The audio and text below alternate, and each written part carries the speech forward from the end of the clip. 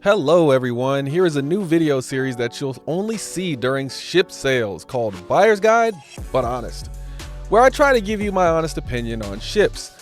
This will include my ratings if I have reviewed the ship before, including an updated rating if necessary. If I have not reviewed the ship before, it will simply be a quick overview and some thoughts on each ship, but no rating. There are 14 ships plus 11 variants, so grab your snacks and drinks and chill out for a second and listen to the smooth sounds of Lando Sour D's. We are currently witnessing history as this is CIG's first ever In Case You Missed It sale, at least as far as I'm tracking. Somebody let me know in the comments if I'm wrong, but I've been tracking the game for years and I have never seen them do this. But this is a ship sale where they sell all the ships that have released the previous year. This sale will give you the chance to buy all ships released in 2023.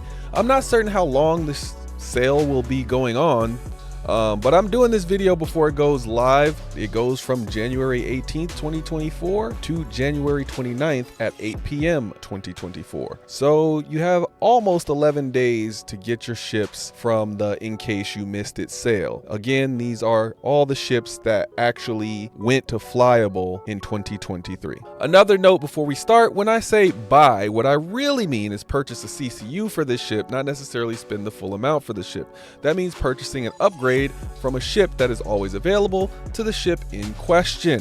For example, I might say purchase an upgrade from a mole to a reclaimer if a person was interested in buying a reclaimer. This allows you to lock in the purchase price for a ship, including limited ships that only can be bought during sales without paying the full amount. And then when you're ready, you can purchase the ship without having to wait for that limited sale because you already have the upgrade in your hangar. I can keep this upgrade as long as I need to, and I can always get a refund in store credit if I end up not wanting to complete the upgrade later. I suggest using ships that are always available to purchase for this so you can apply the upgrade regardless of whether there is a sale going on. But of course you can decide to purchase any ship upgrade you like. I'll put my suggestion for which CCU upgrade you should purchase up on the screen, or I'll say it after I give each opinion. Let's start with the Crusader E1, A1, and C1 Spirit. Buy the C1. Moving on. No, just kidding. But seriously, the C1 is an incredible little advanced starter ship. The A1 is currently bugged to where you can't do the carpet bombing, but when the bug is fixed, that thing will be nice too because it will be a bunker buster and make Jumptown even more of a nightmare scenario, because right now the A2 is the one that does all the bunker busting, but that ship is $750, whereas the A1 is a lot cheaper, so you'll have a lot more bunker busting for a lot smaller of a price. The E1 is not in the game yet, but you do get an A1 to fly while you wait, so if you purchase that, just be aware of that.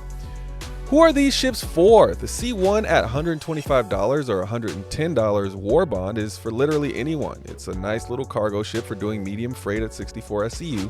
After about 25 cargo missions or so, you'll have enough to buy an even better shipping game, and it's a nice starter or advanced starter to get you going. It's also nice as a daily driver. It also has a very nice tractor beam. The A1 is $200 or $175 war bond and is for when you need to bomb something on the ground. I mean, really just let go with those size 5s. It's great for assaulting bases and taking out ground forces, turrets, and ground vehicles before you go in on foot. The E1 at $150 or $135 war bond is a luxury transport ship for executive travel. Think of it as a step just below the Origin 400i, but above the 300i. So a 350i, 375i, who knows? However, this is one that isn't in game yet and the others are, so you get an A1 as a loaner like I said before, so make that choice accordingly. The problem with the C1 is that the Zeus Mark II CL exists, which is only $15 to $40 more depending on what you pay for the C1 and how much you can get the Zeus for, but it's quite literally twice the ship. It has 128 SCU, and 128 SCU is very nice, my friend. Not to mention, while you wait for the Zeus to release, you get the C1 as a loaner ship. If you like the look of the C1, go for it. But I would heavily suggest getting the Zeus CL upgrade instead and just flying the C1 around until the Zeus CL releases. The problem with the A1 is that currently it's bugged and it has 0 cargo. That being said, even if it wasn't bugged, it would still lack value because I'm not sure what it can do is worth $200. The Gladiator is at least $35 cheaper and has better weapons. However, the Gladiator can't destroy bunkers because it shoots torpedoes, whereas the A1 can drop its bombs directly. But once Maelstrom comes online in the new UI, you'll be able to destroy the buildings with the torpedoes and possibly missiles as well. So I'm not sure how much that's going to matter in the future, but for right now, if you need to drop bombs on bunkers right this instant, get the A1. If not, wait until Invictus in May and pick up the Gladius as the cheap option. The Retaliator if you're looking for the best value option, and the A2 if money is no object. If you really want this A1 though, just make sure you check out a CCU guide to see if you can get one for the cheap. Make sure you're subscribed and I'll see if I can make one before the sale ends. If you want the E1, it's really the only ship in its weight class. I think of it as the starter ship for luxury transport. If you want to do 1 or 2 passenger luxury or executive transport, this is excellent. However, just remember this ship isn't in game yet and neither is luxury transport gameplay, so if you get this CCU, I would wait a while to apply it unless you want to just ride around in that A1. Get this ship if you are wanting to get into luxury transport but don't want to spend an arm and a leg for an Origin ship.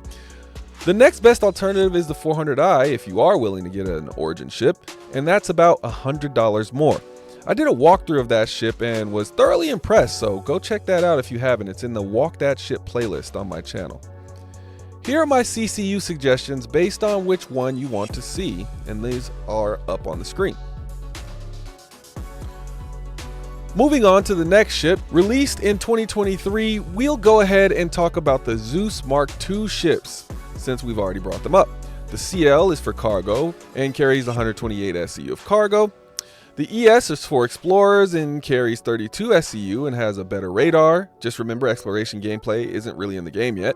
The MR is for bounty hunters, carries 16 SCU and comes with an EMP, a quantum dampener, and 2 prisoner pods. All these ships seem to come with an empty size 4 pilot hardpoint, but it's hard to confirm since they are not out yet.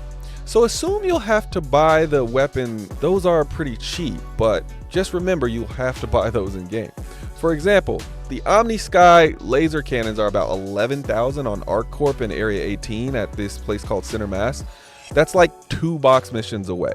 Anyway, back to the ships. So who are these for? The CL at $150 or 135 Warbond is shaping up to be the best advanced starter cargo ship in the game. It's better looking and outperforms the Freelancer Max in all its mail slot having glory. Mail slots. And it is great for people looking for a reason to get rid of their Mercury Star Runner as their daily driver. But we all love our little MSRs. Well, except me, I got rid of mine for a 600i, but I put out a video for that, so I won't explain it here. I would, from a starter, like the Nomad, go into this ship and skip the C1. But as I said before, it's not in game. Its loaner is a C1 though, so while you wait, you could go from that Nomad technically to a C1 while you wait for the CL to arrive. Like I said, the C1 is good, but for what it does, it's a little bit overpriced when you can get the CL instead of the C1. The ES at $150 or 135 Warbond seems to outclass yet another mail slot ship, the Freelancer Dur, as far as exploration. And its next step up would be something like a 400i, again, if you want speedy exploration. The Corsair if you want combat exploration, and Connie if you want defensive exploration. A nice upgrade path in-game would be a 315P, then an ES, then one of the ships I mentioned earlier, until you can afford something like a 600i or a Carrack at least. This is a solid purchase. The MR is $190 or 170 Warbond, and it's the only one in its class. People might compare the Cutlass Blue, but that's more for prisoner transport and policing rather than being a pure bounty hunter, as it doesn't have the EMP, but both ships are solid. But I also think both are slightly overpriced by about $25. A nice upgrade path in game would be to go from the Anvil Hawk or Avenger Stalker, then the Zeus Mark II MR. And then when you're done taking prisoners, go get a Scorpius Antares, if you got a second player with you, because now you're talking multi-crew. I would only get the MR if I could get a discount through the CCU game, so check out the CCU upgrade guide if you have the time. Here are my CCU suggestions based on which one you want, and I'll put those up here on the screen. Next, let's switch it up a bit and talk about a large mining ship, the RSI Astra, which is also a large refinery ship where you can bring other ore bags from the prospector and mole and refine them. Now, I say Astra, but we all know if you watch the info runners that it's Aristrada. So let's call it the Aristrada. It can also carry 2 vehicles and it can carry 64 SCU. But no word yet on whether it can refine materials not captured in ore bags. So I don't know if that refinery is like its own refinery, like kind of like what the Expanse has or the Galaxy refinery module has, where you can just take things to it and refine it regardless of how they come to it, or if they have to be in bags, because it does have slots where it takes in those ore bags. So I don't know if you can access that refinery outside of those ore bags. So who is it for? The RSI Astra at $575 is for people who like mining and think the RSI Orion is too big, and or for people who didn't get the Orion when it was $575 or when it was less. If you're in the first camp, the Astra is an in-game ship for you, so it's a must-have in that way. My only problem is it doesn't allow the pilot to mine, and all mining must be done at other stations, meaning it can't be soloed at all. It is a large ship, so maybe it's not meant for that, but this is also my problem with the Argo Mole. That's a medium ship and it has the same issue. Give the pilot a freaking mining laser, CIG, or I'm never leaving my prospector until the Orion comes out. In all honesty, if you're not in that first camp, I would not get this ship at all. I would get the Orion, which, yes, it's $75 more now, but it will be much more expensive later. I'm guessing it lands at like $850 or more. They basically require the same crew, but now you have a world-eating mining laser, and you can bet you'll get the RSI Astra as a loaner until it comes out anyway. Also, even though this has 3 lasers, I feel like it should have, I don't know, size 4 instead? Or maybe it should have 4 lasers? I don't know. I just want the mole to get a kind of update. I think the mole should have maybe 2 size 2 lasers and 1 size 3, and maybe this one should have 2 size 3s and 1 size 4. I don't know. I just feel like that would make it seem like they're a lot more intensive on the mining spectrum. However, I'll admit the Orion is an intimidating ship as far as looks and size. If you really have no interest in the Orion, get the Astra, but only through the CCU game. In fact, I'll stop saying that. You should try and get every ship through the CCU game, but some are worth the price even outside of that. This one, not so much, unless you got it for its original price through the CCU game, which is less than the original price. So here are my CCU suggestions up on the screen. Now let's flip it and do a starter ship. Here we have the Drake Cutter, Cutter Scout, and Cutter Rambler. This one will be short. The Drake Cutter is hands down one of the best starter ships in the game, based on value, based on price, and what you get. You can fit a vehicle in it, and it costs less than $50. Or it's included in your game package that you bought for $60. Not much else to say there. The 4SCU is nice too, but taking an STV with you is a much better feature. The Scout is so cheap that even that's worth it if you really need a little cheap scouting ship, but there are way better options even if you only have a few more dollars. The 315P is massively better. Well, not massively better, but at least better looking. Carries 12 SCU, has better weapons, adds a tractor beam, and it's only about $15 more. I just wouldn't get this ship. Save your money until you can get the 315P or get the base cutter, like I said, which is one of the best in the game, and then earn the Scout in the game. The Rambler has the same problem as the Scout. Both ships are for people who don't like Origin ships, if you ask me. And trust me, Origin has its own problems too, but I would still get the 315P over those other 2 variants. However, if you do want one of these cutters, I would get the base cutter. However, if you're buying a starter package and want to earn the rest in game, you can't go wrong with anything really. No CCUs for this one as they're already pretty cheap. Just buy these outright. I would really only buy the base cutter as it's totally worth it, but if you really think you'll need the others, buy the $5 CCU from the cutter to the variant you want and just keep that. Moving on to another quick one, the Moira Fury and the Fury LX and the Fury MX. Our little snub ships. These 3 ships are all the same price, $55 standalone and $50 war bond. The base Fury is for people who need a balance of tiny weapons and speed in their snub, and has weapons and a few missiles. The MX is for people who basically need a snub bomber and durability coming with a little deployable blast shield.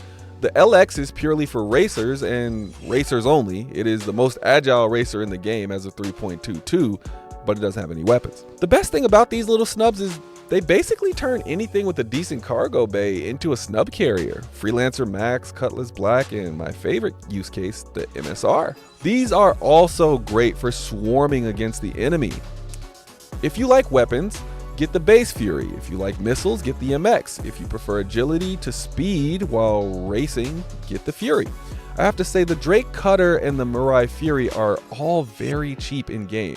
If you don't want to spend the money, I suggest that you purchase them in game. In fact, all of these you can purchase in game if you really want. If you're willing to spend the money, get a CCU from the Cutter to the Moira variant that you want. Moving on, the MISC Hull C is the current king of cargo as far as ships that are in the game, carrying a whopping 4,608 SCU. But let me tell you, it's not worth the $500 price, not even a little bit. You can make a heck of a lot of money with this in game, but if you didn't get this ship when it was $250 or less, just get it in game. For the love of all things, please get it in game. Get yourself a C2 if you want to buy a ship. Much more useful, but I digress. The Hull C carries all its cargo externally and cannot land on a planet while it's carrying cargo, so all cargo must be offloaded at a space station. Albeit that does save time with going down the planet, but be aware there is a whole docking gameplay to learn in order to use this ship, but it's fairly simple once you get the hang of it. I would honestly get a Hull A until I could afford a Constellation Taurus, and then use that until I could afford a Caterpillar or a C2. And then if I wanted to, then I would buy a Hull C from there. But if you must, buy it. It's going to be expensive, even just for the CCU, as there is only one viable option. Get the Reclaimer to Hull C upgrade for $100. Moving on, we have the RSI Links, which is basically a luxury Ursa rover vehicle at $10 more for $60. Essentially, this is a slightly faster Ursa. It has better visibility, better weapon, and looks a bit better than the Ursa if you ask me. The Ursa can carry 2 SCU to the Links 0 SCU and is slightly better armored. Get the Links if you never really need to bring anything back with you from a vehicle run and prefer the luxury look of the Links. Get the Ursa if you do need to carry things when you go out. I don't bring anything back that I can't store in a backpack, so I prefer the Links because it has much better views from the driver's seat. But I would just earn it in game or use it as an LTI token for something better down the road. An LTI token is getting a ship at concept sale because it will come with lifetime insurance, hence the LTI acronym, and only doing so with the intended purpose of later upgrading that ship to the one you really want to maintain the LTI, which carries over when you upgrade the ship. I'll be picking one up as an LTI token because right now I have a rock, but I don't really use the ship. I just have it as an LTI token, so I'd rather upgrade to something I'll actually use. These are really cheap in game though, so I would suggest you buy it in game, but if you really want a Lynx, get an upgrade from the regular Ursa to the Lynx and just hold that. You'll have the same size vehicle either way. Up next is the Apoa Santo Yi, which is our first alien ship on the list, and it's a combat ship. It's up against the likes of the Hornet and the Saber, but it costs more at $240 standalone and $220 warbond. It has the second fastest SCM speed in the game and is faster than every racing ship except the Razor LX. It's also top 20 in maneuverability because of its special thrusters. It also has some very fast shooting laser repeaters that shoot so fast you have to watch them so they don't overheat. And oh, by that faster than racing ship comment, I just meant the SCM speed. It's not overall faster than those racing ships, but that still lets you know, as a heavy fighter, this is really fast. Due to its extreme maneuverability, this thing is basically made of glass, so you'll have to outrun the competition. So it's for real dogfighters, not for people who like to stand and shoot and go head to head. It's for people who like to move around and get their shots in the right way.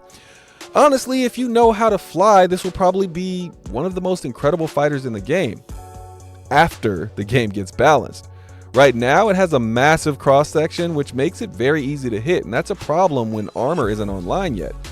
This thing gets hit and it goes down fast. Still, I like this ship, what can I say? But I just think it's overpriced by about $45. If you got it at $195 or less, you got a deal though. I like to earn my fighters in game though, unless they are capital or sub-capital. But this one is always available. But I just included it because it did indeed come out this year. Now you can get a $5 SCU or $10 SCU from this ship from any of the other always available ships that are there. Next is the Scorpio Anaras, which I said earlier is a more advanced version of the Zeus Mark II MR, but without taking prisoners and with a much better weapon loadout, and it comes with a quantum jammer. This is better for people who like to trap their prey and play with their food before they eat. However, and it's a big however with a capital H, the ship quite literally requires a second person to be useful. When NPCs and AI blades come online, it will be fine. But for now, I would not buy this ship. I would just buy the CCU and upgrade it once those things come online, because you can get a Cutlass Black and have your friend fly another Cutlass Black, actually about the same price. And get some interior space in your life, because the Anaras has no interior space. If you just want to fight, there are better single-seat fighters. If you want real two-seat combat, get the base Scorpius or Vanguard Harbinger, if you're already spending the money. That being said, I would just buy the Anaras in-game. It's a bit overpriced, I'd say by about $30. However, if you must have one, get a Terrapin to Scorpius Anaras CCU for about $10. Moving on, we have the SRV. It's the only tug ship in the game right now, and it's flyable and tugging currently works. My only problem with this ship is I think it also could have been a light repair ship rather than just a flying tugboat. It can, however, also be used to load and unload all size storage containers. It also has really heavy armor and really heavy shields. It just doesn't have any weapons at all, so you gotta run with it. That being said, adding the repair would justify that $165 price. It's overpriced in the same way as the Anaras, which is by about $30. If you got it at Warbond for $130 though, you paid about the right price. I would earn it in game, but if you think you might need one, it's easy. Get a Prospector to SRV CCU for $10. Next is the Storm and the Storm AA. These are vehicles which are anti-personnel, anti-armor, and anti-air vehicles at $90 and $100 respectively. The base Storm is for on foot and best used to fend off vehicles like the Ursa, Cyclone, and pretty much anything else that is a vehicle and can shoot. The only vehicle that will give it trouble is the Centurion and the Nova tank. The Centurion will demolish this thing because that would literally be the upgrade. You go from the Storm to the Centurion. But this is much faster than a tank, to the point where if you're a good enough driver, you can pull off a win. It's a single seat Centurion basically with less guns. If you can't get the extra person, this works better, but I prefer the Centurion still. If I ever need to use this type of vehicle, chances are I would have another person around to help, and I'd rather have the Centurion for that. The Storm is better as point defense at an outpost where you need to defend different areas with limited manpower. That being said, both are overpriced by about $20, which isn't much. For another $10 though, I would just get the Centurion. But if you need this one, go get a Nomad to Storm, or a Nomad to Storm AA CCU for $10 or $20 respectively. Or do like I do and use this as an LTI token and just get them in game because they are cheap in game. Next is the Gatxulan. I'll be honest with you, because that's what this video is about, right? Being honest, doing a buyer's guide. This is a really cool looking ship. I think it has the best looking exterior of any starter ship they've ever built, and it's just $70. It carries 6 SCU, and its only real flaw is it can't carry a vehicle and doesn't have a tractor beam. However, this thing is capable of regenerating fuel through its fuel intakes. I just don't know how that works. But this thing is also one of the most maneuverable and furthest range starters in the game. It has decent weapons. I would say get the Cutter if you need to take a vehicle, get the 315P if you need a scanning suite and more cargo, and get the Avenger Titan if you want to do combat, and get the Sulian for pretty much everything else, or where those ships don't quite cut it for you in one area or the next. People say landing on its back is weird, but oddly enough, I haven't heard a single good pilot say that it wasn't fun. This ship is always available, but seeing as it's currently my second favorite starter ship, I would say it's worth a mention. No reason not to get it. If you're not sure, get a $5 315P or C8R Pisces CCU. and sit on it until you come to your senses. Next is our second to last ship. We're closing in on the end here. The Drake Vulture is a light salvage ship. The Vulture makes so much friggin' money in game, it should be the first ship anyone buys after their starter ship, because then you can print money and buy whatever else you want in the game. It's $175 and worth every single penny. Not to mention, I have tons of fun salvaging ships. It's also always available. If you're not sure, get a $20 CCU from the prospector to lock in the price. Which, if you're wondering why I still suggest getting a CCU when the ship is always available, it's so that if the price increases in the future, you're locked in at the lower price. Now finally, our last ships of the video, the X1, X1 Velocity, and the X1 Force. The X1 Velocity is the racer, which is lighter, doesn't have any weapons, but is the fastest of the three. Or if you don't want to race, it gets you from point A to point B really, really fast. The X1 Force is the heaviest model and has the best health pool of the three variants. The Force also has a shield, which none of the variants or none of the other bikes now that exist in game have. The X1 has the better DPS, the X1 base that is, and its stock weapons are a little better with that DPS. I think that's kind of the balance between the X1 Velocity and the X1 Force, because it's kind of the balance in between the two. Pick which one fits your needs, but all of them have a use. I would buy them in game because they are all cheap in game, but if you want one using cash, they all have a $5 CCU. The STV to the X1 base, the Mule to the X1 Velocity, and the Ursa to the X1 Force. Now, my favorite out of these three is the Force, because you can take that on bunker runs with you, and that little shield that it has comes in handy while you're shooting from the X1 without even getting out of the X1. Actually, our last ship is the F8C Lightning, which is on sale for $300, 260 war bond. I gave this ship an 8 if you remember my rating from yesterday. So that's the last ship that's available. But again, you have to have that platinum ticket to get one for free, or that gold ticket to be able to purchase one. You can't just go through and upgrade to one or purchase one normally. All right, that's every ship. We did it, ladies and gentlemen. I really hope this helps you make a selection today. If it doesn't, drop a dislike and comment and let me know what I can change. If it does help, like and subscribe, as it really helps the channel, and I'm making content pretty much every single day until I get a life. All right, that's it for this one. Thanks for spending your time with us. See you in the next one. Peace.